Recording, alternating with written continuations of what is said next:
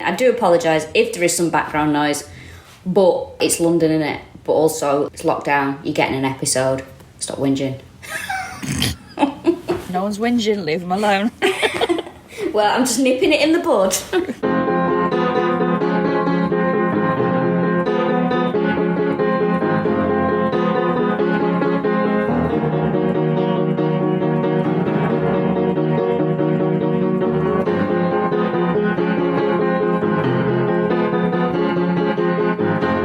To part 3 of episode 77 of All Killa No Filla podcast with me, Rachel Fairburn, and Kiri Pritchard-McLean.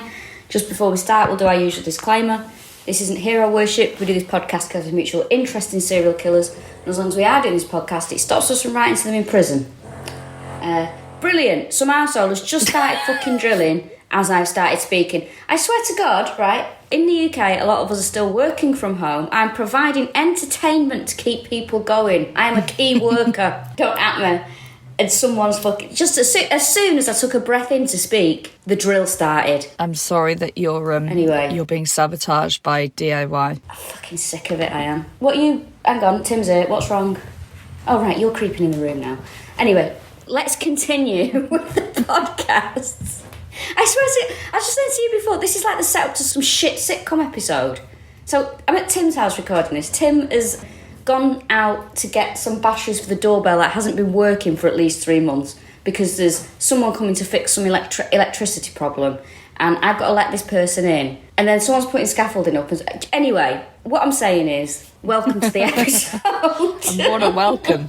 I feel so at home now. Indeed. How are you feeling after your audition? Oh, for fuck's sake, right, I can speak about this now. So, occasionally, within comedy, you might get sent for an audition for things, sort of. And you have to have a little think, but, times are hard at the moment, and we've missed out on so many gigs. I looked at the price of the payment for this advert, and I was like, well, I can't sniff at that at the moment. I did an audition, and I've never been so humiliated in my life. As someone who avoids embarrassment and humiliation, I had to pretend, and I won't say what product it was for, I had to pretend that a cushion was a man that I found attractive, but the man was actually made out of food.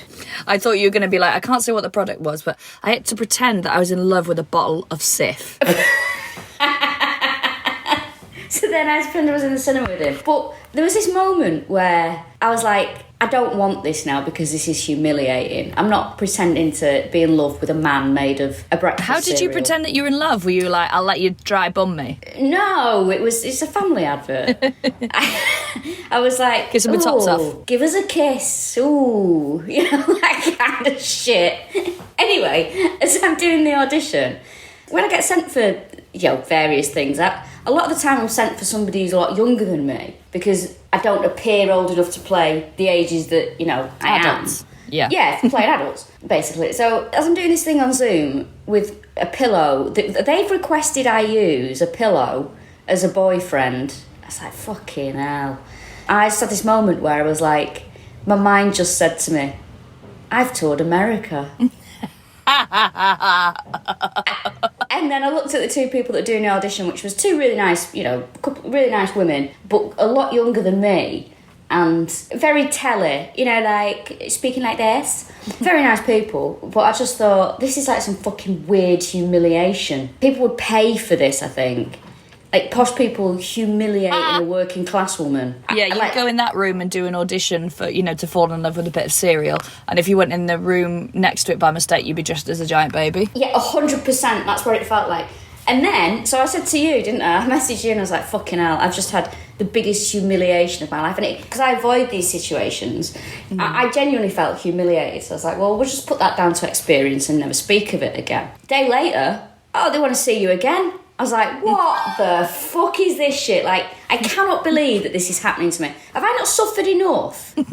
Anyway, I did it again. And again, I felt so humiliated. And I was so ashamed of myself. I felt fucking filthy, I'll be honest with you.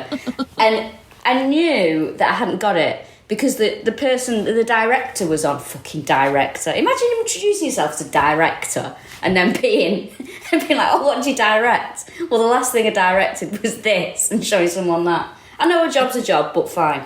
I knew she didn't want me because she was like, yeah, so if you could just get your cushion and just like pretend that he's your boyfriend again, and yeah, let's take it from there. And I was like, all right, okay, let's take it from there. And I did pretty much what I did in the last one. And she went, okay, thank you very much, and then just cut the screen off. I was like, you people are sick. You people are sick. Like, I cannot believe you brought me back for that and then just done that to me. I was hurt. I was relieved, hurt. So now, basically, I just need to be a little bit more, you know, the problem is adverts. I mean, there's certain things you wouldn't advertise, aren't there? But adverts are very... lucrative. And if, you know, if you can get one that's perfect for you. I mean, that cat, doing Tetley Tea cat was perfect for me. But, yeah, there's certain things you wouldn't do. But sometimes you see how much you might get paid for it and you go, oh... But sometimes it's not worth the humiliation. Anyway, this has been a rant and a half. I've not fucking shut up. How are you? Yeah, I've had an alright week. So, Rodney Alcala, part 3. I'll be glad to see the back of him. I say this a lot, but... I 100% will. And do you know the reason why? Like, 1, because it's fucking horrible. But 2 as well, because, you're in Wales, your lockdown is easing... Now you've had a nice haircut, haven't you? TK Maxx will be open soon, no doubt. Yeah, and that's it. I'm fine then. Which is what we all want. I genuinely can't tell you how much I've missed TK Maxx. Lockdown in England isn't easing just yet, but I'm finding this bit the hardest that there's ever been. I've been fine with can't go out, tough shit, stay in. I've been fine with that, and I was fine with being away from home. But this stretch where it's like a couple of weeks until things start opening up, it's stressing me out. No, because I think as well, I feel a bit apprehensive, which I'm sure a lot of people do. I feel apprehensive about it. Like I don't know how to act anymore in a way, and it's going to be stressful. Yeah, I think a lot of people will empathise with that feeling of wanting the world to open up again, but being apprehensive about it doing so. Because also, it's just like what's happened before is that everything's sort of snapped back to normal. Yeah, and it just feels very like hold on. Like a couple of weeks ago, there was too many people dying, and why are we all? Yeah, like there was never a problem. So I think it's really difficult. And also, we've all had a year of basically being in the house. So. Yeah. When I've gone to work in London or something, so I've gone from Wales and gone and done some stuff, all perfectly legal, but I find the days now very overwhelming. Even London is like a ghost town, but getting on a train and then getting in a car, and I have literally the easiest ride, no pun intended, of it, because if I'm doing work they'll have sorted all my travel out and stuff. I still find the actual thing of being out my house for that long, moving around somewhere, whereas I would have been in London 4 or 5 days a week before all this, no bother, and travelling all over the country doing a tour and things, whereas now I'm like, I just worry that I've gone like Blanche Dubois and Tennessee Williams, and I'm like, I've got to have a bath, I can't cope. I feel like, putting gigs in our diary now and stuff like that, and I'm like, they're probably going to happen. But then I'm like, God, I've got to travel. I don't know what that's going to be like again, But, people have got it worse than me. But what I'm trying to say is Rodney Alcala has been hanging over this. Just an extra piece of shit on top of a mountain of shit. This lockdown for me has been defined by serial killers. Yeah. By fucking 6 episodes on the Yorkshire Ripper. Yeah, it was at Pritchard-McLean, and it was the second one that we did a couple of parts on. I can't remember. That we did the Poisoner, Tafana. Oh God, yeah. And then we've done another one as well. It's turned out a lot, but we need to stop doing like multi-parters on male serial killers who are just unreserved pieces of shit. Yeah, I agree. Okay, anyway. Don't you dare yawn, because that's it then. Then I'm fully committed to having my mouth open a fucking basking shark. Could you tell I yawned then? Yeah, because you went, I tried to do it subtly. I actually tried to do it so subtly, I did it out the side of my mouth. Even though he can't see me. Okay, so he's been arrested at his parents' house, and he is going to go on trial for the murder of Robin Samso. So when Robin's murder trial takes place, he's technically still awaiting trial on charges of raping and beating a 15-year-old at Riverside, if you can recall. Now, when it goes to trial, there's loads of trials is the first thing. So in the first trial, there's a witness in it who testifies to seeing a curly-haired man, which is something quite distinct about him. He has got very distinct curly hair. They see this curly-haired man with a blonde girl on a hiking trail, which also fits Robin's description. And this was the day that Robin was abducted near where her body was found. So that's the strongest part of the case, basically, is this testimony from a witness that's like saw them together on the day she went missing near where she was killed. So June 20th, 1980, he is found guilty and he's sentenced to die, and not in prison, is proper death penalty stuff, by the gas chamber, which is like... Ugh. Yeah, I know. I didn't realise that until the 80s, and I don't know if it's even still now, that there's I think it's still there, and I think it's still used in some states, maybe. It's absolutely brutal, right? Yeah, I mean, it's all brutal, innit? But fucking gas... Although, I don't... Yeah... Injection in the arm, I sort of feel chill about that. Not ideal, obviously, but... yeah, I mean, I don't think any of it's going to be pleasant. I still would opt for firing squad, if I was allowed. I can't believe that is what you'd opt for. I think it's absolutely bizarre. If I've got to go, I'm going out in style. No blindfold. Look at them all. Live forever play. Yeah, come on! And then... I mean, I say that, but when you're a vomiting, shaking, shitting, nervous wreck... I imagine you'd be like, please just give me an injection. Oh yeah, I've seen you before gigs you haven't done before. Your anxiety's off the fucking scale. So don't give me all that fucking Gallagher swagger now, like, oh, I fucking all the firing squad, mate. You'd be shitting your pants. You'd be a disgusting mess that they'd have to like sweep up off the floor and then shoot. I just feel I'd really come into my own. No, you fucking wouldn't, mate. You'd be like, please let me speak to my mum, please. Giving out names of alternatives that they could shoot instead. Yeah. Actually, have you ever seen? It could have been Will Duggan. Have you heard of Will Duggan? Trying to coerce Will into doing it for you. Please, yeah. Will, I would do it for you. You owe me one, actually.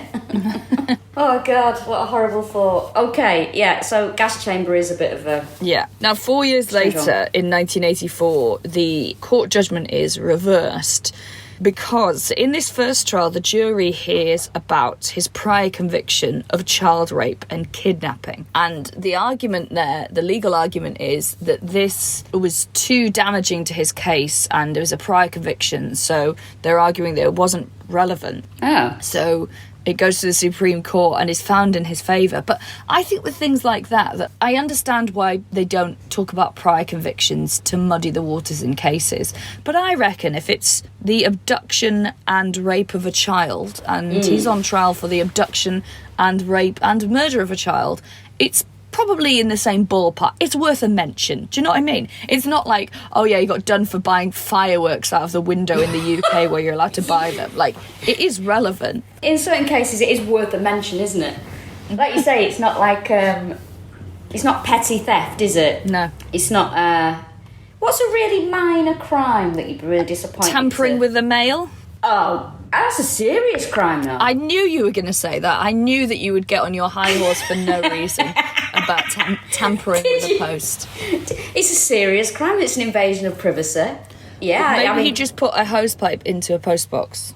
Still, I cannot agree with that kind of public disobedience. Think of all those birthday tenors that will have got wet. It's an absolute travesty. Oh, it's an absolute disgrace. I was thinking the other day, do you know, I've not seen physical money for ages. Yeah, I just, yeah. There's some in our house because my partner is like something from the 40s and likes to have physical cash, which you wouldn't expect of him, but he likes having physical cash, whereas I cannot abide it. Yeah, I found £2 in a jacket the other day and I was like, hey, look, it's pound coins. I haven't seen it. Like, I haven't used physical money for ages, although I preferred money when it was paper and not the plasticky thing. Yeah, not the best content in the world, but let's carry on. I miss the days when you'd get a card from a relative with coins sellotaped inside. Coins sellotaped inside. Really cute, that, isn't it? Yeah, I think it's lovely. Yeah, very sweet. Do you know, I might treat myself and get 10 quid out the cash machine and go to the pound shop.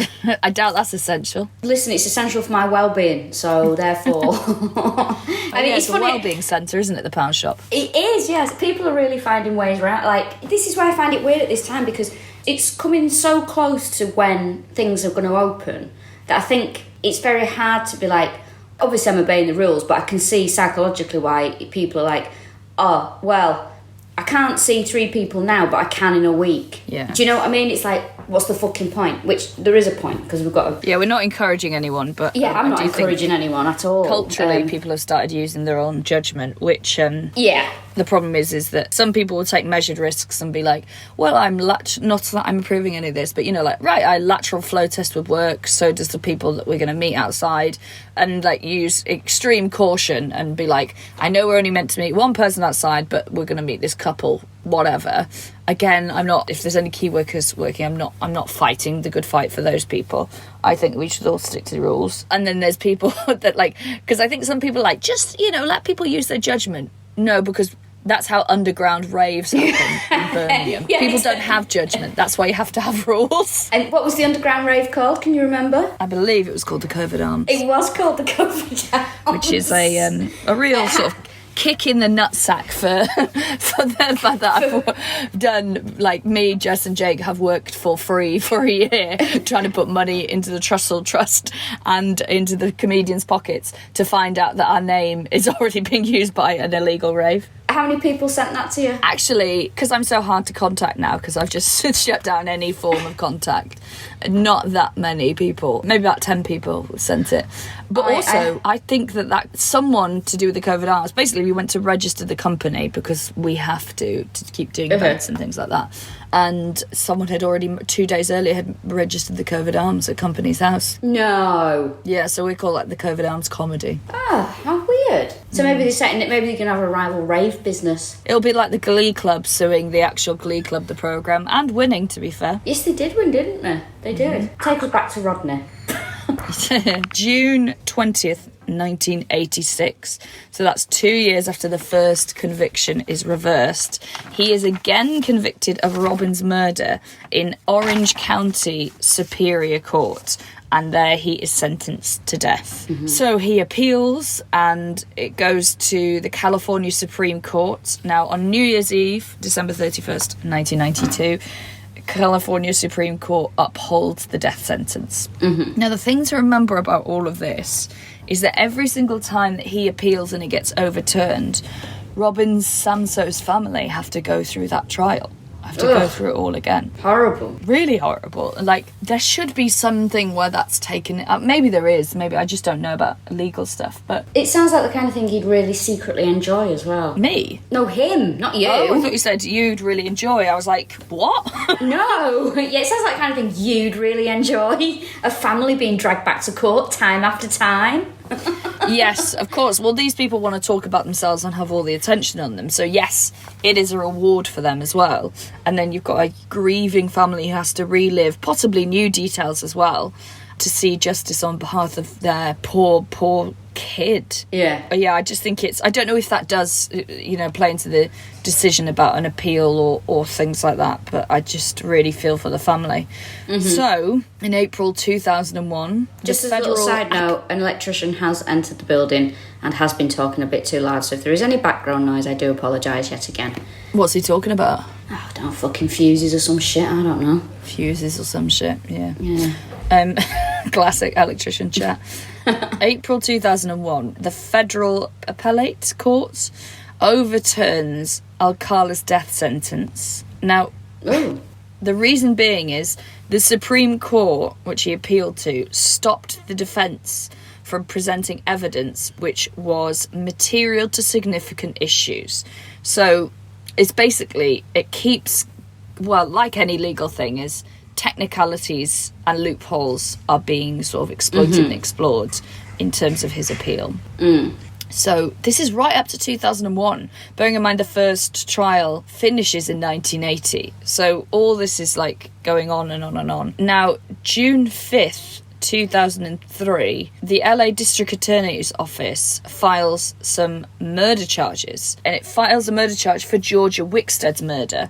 And, you know, who he broke into, burgled the house, raped her, and then murdered her. So they got some evidence where they thought, right, we can pin this on him. So rather than him endlessly challenging Robin Samso's thing, if we can get him on something else, even if it's in, you know, another county or whatever, then at least we've got him in prison. So September the 19th, 2005, he's given even more charges. Jill Barkham, who was given an additional charge for that as the the 18-year-old who'd run away from home and he'd found in a fucking ravine in the late 70s. And they had thought that she'd been a victim of the Hillside Strangler.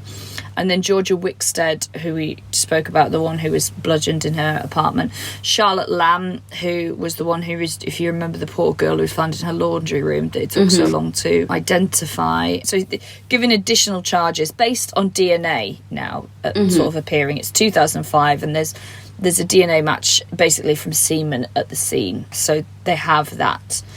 Now, some of these bodies as well were found posed and posed in very specific positions, which allowed them to again draw another link in terms of evidence towards it being Rodney Alcala. And if you remember his version of the motherlode, that what's it called, that locker in Seattle? Oh yeah, in Seattle, yeah, with the earrings and the... Yes. There's photographs in there as well, wasn't there? Yeah. So there was a pair of earrings that looked like Charlotte Lamb's in there, but if they're quite a common earring, that's nothing. But in 2005, they can test the DNA, and her DNA was on them. Ugh. He gets these extra charges, and then on January the 11th, 2010, so this is so recent, all of this, he goes on trial for 5 additional murders. Now, I hope you're sitting down and ready for a shock here, guys, because he represented himself. What? And apparently, whilst he was representing himself, what a piece of shit, he cross-examines himself in a very bizarre way. He'd use a deep voice to ask the questions, so he'd be like, Rodney, please tell us about your hair. And then he'd go, I'd love to tell you about my hair. So, my hair is curly. God. And so he would do like 2 different... He was basically doing like a one-man show. The worst Fringe show you've yet to see, basically. Literally a Fringe show. Talking about his Barnett. Oh, God, I can't believe... Well, I can believe this guy, but it just shocks me every time. This shouldn't be allowed. We must say as well, in 1994, he'd actually written a book as well, entitled You the Jury, which he self-published, and he denied killing Robin Samso, and he suggested another suspect. A bit like me when I'm going to be executed.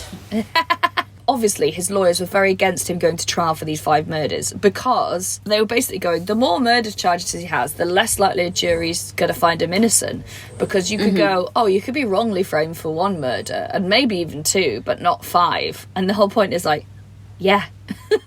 Yeah. And there was a whole thing where it's like, and it's all DNA matches, which is obviously quite compelling, whereas witnesses within this sort of 25 year span, possibly even longer, may have like faltering memories or may have passed away. But yeah, effectively he's wasting everybody's time here. He should just, there's no chance with 5 murders it's going to be a mistake, you know? So he referred to himself as Mr. Alcala. And he'd have this sort of like weird sort of monotone when he answered in a very sort of monotone rambling way. And God, he's just really bizarre. He'd start going off on one about camera lenses when he was on the stand, and also when he was asking questions, and he was saying, I couldn't have murdered Robin because I was applying for a job at a photographer at the exact time that she was kidnapped, actually. And then he showed his clip on the dating game. Oh my God. It's nothing to do with the case, but he's obviously just like, I don't know, maybe he's got it on a YouTube channel that he monetizes, but for some reason he played it in the court. And that was to try and prove that the earrings in the locker weren't his. You just know that certain male comedians, I'd say 95%, I'm going to go and say it, 95% of male comedians who were ever up in court would, for no reason, they would 100% represent themselves, but also they would demand that they got to show their 20-minute set recorded at fucking, I don't know, the Chuckle Hut. They would just demand that was shown just for the sake of it. I'm really intrigued when some comedians, in particular men, point to an example of their material about why they're like, especially when they're under fire for being intolerant or not inclusive, and they're like, it's sort of the comedian version of like, how can I hate women? My mum's a woman. A woman, rather. And what they usually do is like, how can I hate gay people? I've got a routine about how everyone thinks that I'm camp, and isn't it really funny that people think that I would suck a dick? You're like, what you're describing is homophobia. What I find that the one that always gets me, and it's often male comedians that do this, is using like, when you're talking about, the worst thing that could happen, they'll go, oh, well, what if it gave you AIDS? And it's like the underlying homophobia in you saying that is incredible. There's other things you could pick. You could say Ebola. That's pretty fucking awful. Yeah. But yeah, I always think, oh, here we go, when somebody's like, yeah, but what if you got AIDS? It's like, okay. Back to the early 90s, are we? Yeah. Watch It's a Sin. If you watch that, you never want to make jokes. Did I tell you that I started watching that and I couldn't watch it? Not because of any of the subject matter, obviously, but because so much of it was filmed in places in Manchester that I used to go to. So the Marble Arch like pub, Star and Garter and stuff. Yeah, right? Star and Garter. The Marble Arch pub was in there. Marble Arch. But also when he goes to the hospital in the first episode, that is in where I used to work. That I thought it was a library or a museum, that the entrance. I think it's the town hall extension, so I recognised it and I was like, oh, I used to work in there. And in my mind I was going, I know that's not a hospital. I know that's... And it sort of took me out of the thing, if you know what I mean. Yeah. I mean, it was great to see Manchester being used on the old internationally important programme. But yeah, it sort of took me out of it a bit. And I was like, I can't focus. But I will give it another go. I'm not saying it... I mean, everyone's really enjoyed it. I can't remember if it's the second or third episode, but I still think about what happened constantly in it. Ooh. Yeah. More so than the denouement of the piece. There's something that I find particularly affecting in it that, yeah, watch it and we'll talk about it. Oh, okay. I'll do that. So his justification for showing this video is that he was saying, if you look really closely on this incredibly grainy footage, I'm wearing earrings. So those earrings you found weren't Robin Samso's. They were actually mine. And then the person they got to testify against him was the guy who was against him on the dating game. He was an actor called Jed Mills. And he said, no, he definitely wasn't wearing earrings. And he was like, no, I was wearing earrings. And he was like, no, it was 1978. Men didn't wear earrings. Yeah. I would have noticed if you rocked up with earrings. I just would have noticed. And it's so funny as well that it's like... his whole case is built on the fact that he was wearing earrings on an image that you can't see, and then the person who's testifying against him also lost out to a serial killer on the dating game. So that is a man with something to fucking prove. Even if he'd been wearing a pair of the kind of earrings that we wear, he'd be like, no, I don't remember that actually. Yeah, did you enjoy your tennis lessons, you piece of shit? Yeah. Oh God, is that the whole thing's just a mess, isn't it? Yeah. Oh, God, it gets worse. So he didn't even try and deny the other 4 murders. He just went, yeah, I can't remember killing them, which is not a robust defence. And then he gave this closing argument that was 2 hours long. It was largely about earrings. Also, during the trial, he would mix up presenting exhibits. So he's like, I show the court Exhibit A. Oh, no, that's F. Hold on, I have got it here somewhere. So it was an absolute shit show. Then he gives this massive, 2-hour-long closing statement. As part of it, he plays the song Alice's Restaurant, because in it, Arlo Guthrie, I think is the name of the person whose song it is. There'll be someone absolutely screaming at this podcast because I've pronounced that incorrectly. But basically, it's a story of a person who tells a psychiatrist that they want to kill. I don't know why he is playing that. So the jury goes away, has 2 days, and basically convicts him on all 5 counts of first-degree murder. And what they do is, this is quite an unusual thing, during the bit where they're deciding how long his sentence should be or what sentence he should get, they bring up a surprise witness, which is Tali Shapiro, which is the girl that he my fucking God, the guy. I'm so sorry about his fucking noise, inconsiderate cunts. It was the girl that he assaulted who moved to Mexico, wasn't it? Yeah, Tali Shapiro was his first known victim. So, that is quite the, finale of just being oh, yeah, just before you decide how long you think you should get, here is the first girl that he, the one that got away, basically. So there was only one defence witness, which was a psychiatrist called Richard Rappaport. And he said, the guy's got borderline personality disorder, and that would explain why he says he has no memory of committing the murders, which is the most wishy-washy, I'm technically here for him, but I don't really agree with anything he's saying. So he was sentenced in 2000 and... let's have a look. 2013, he was sentenced. He's charged with the murders and he's found guilty and sentenced to death in the California court. This is this year.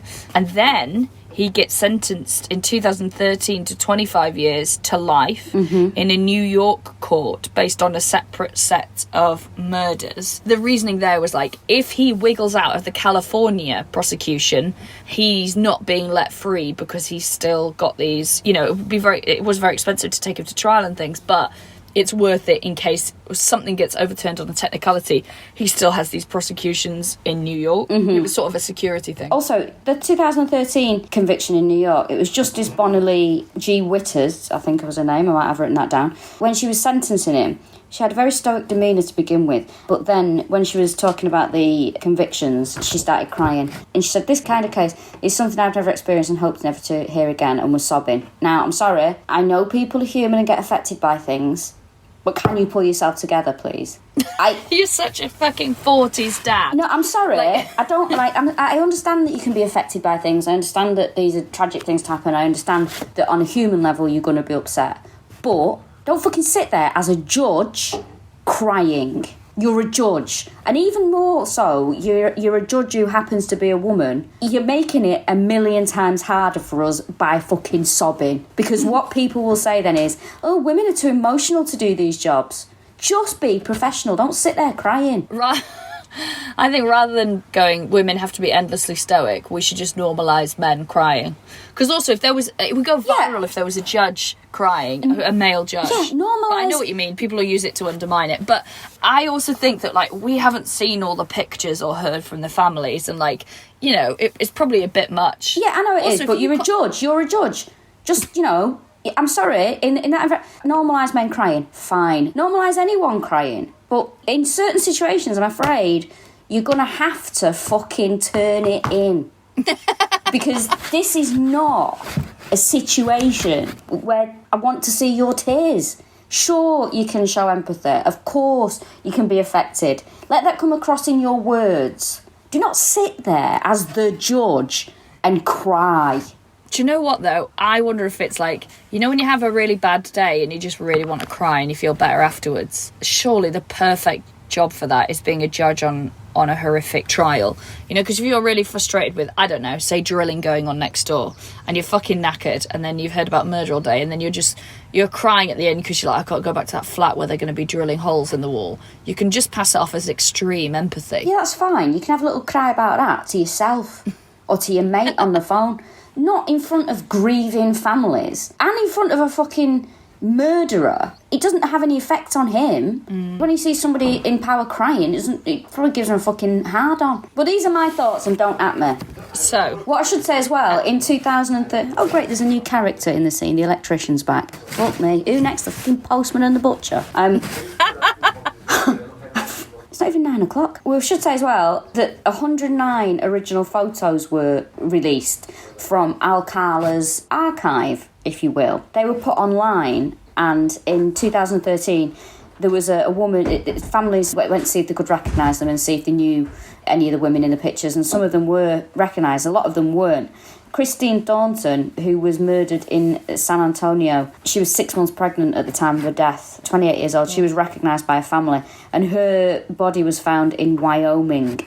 He'd actually met her on a road trip from California, murdered her along the way, and then, you know, disposed of her body in Wyoming. He was convicted of that murder from the photographs. The photographs, as of September 2019, they are still on. I was laughing at something else then. I wasn't laughing at the photographs, may I stress. Something just caught my eye. What an awful person. I'm pissed off about judges crying, but I'm laughing at some photographs of unidentified women. The 109 original photographs remain online, and police are continuing to try and identify the women in these pictures. Well, yeah, so these photos have been up for, like, over a decade now. They went up in March 2010. And like I say, some women, like Christine, have been identified. She's the main one. And then 6 families have come forward and said, I think that is a loved one that went missing and was never found. Now, there was about 900 other photos that they didn't make public because police said they were too sexually explicit. Ugh. And you don't know if that is just topless pictures, but surely you can crop stuff out, because you wouldn't just like whack out with the tits out and be like, yes, I recognise my daughter's tits in that. I think that you can crop something, but it must be other stuff. And that makes you wonder as well, did that look like consensual stuff of, you know, like softcore modelling, or did that look like exploitation, and were these women or girls rather underage? Like, there's so many questions there. I think if a copper who's probably seen some horrific things says that's too graphic to go out, I don't really want to imagine what might be the situation. Yeah.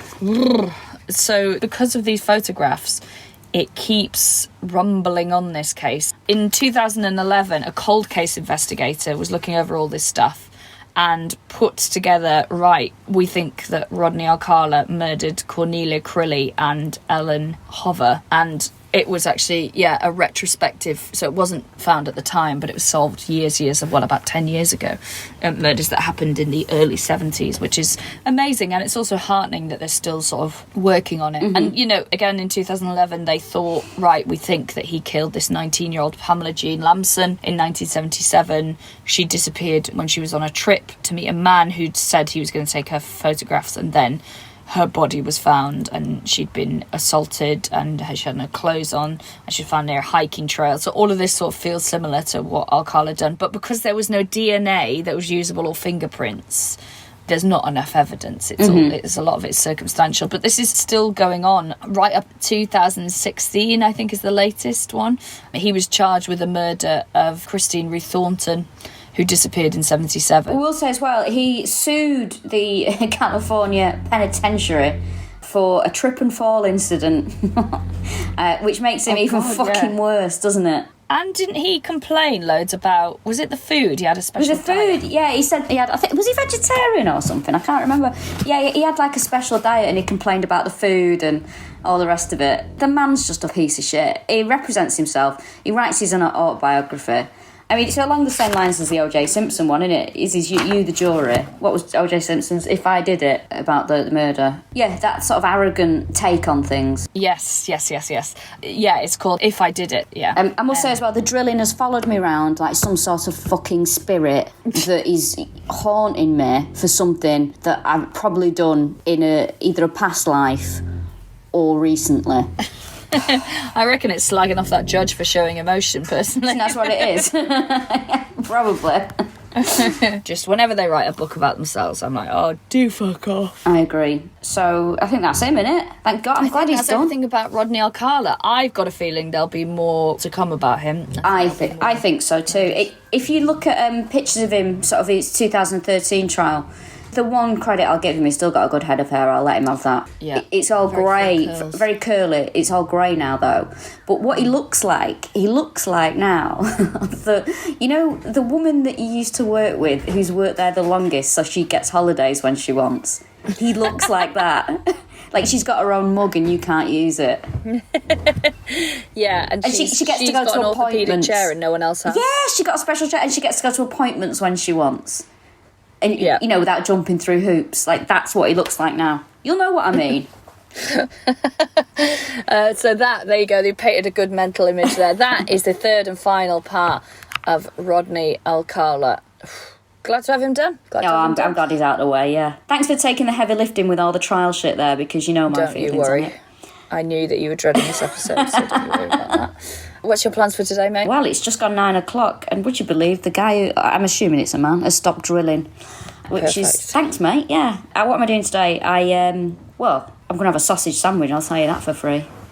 Nice. What are you up to?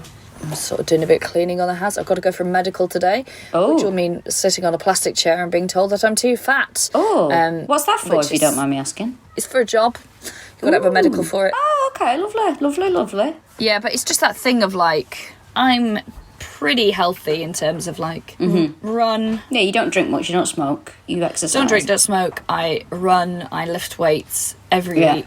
But I'm fat, so, like, it's just that thing of being, like, even though my blood pressure is always great, even though everything is, they'll be like, you are too fat. It's just that thing of like BMI, which is like repeatedly debunked. Yeah, it doesn't work because I've been doing weights and I weigh more than I've ever weighed, but I am smaller than I've ever been.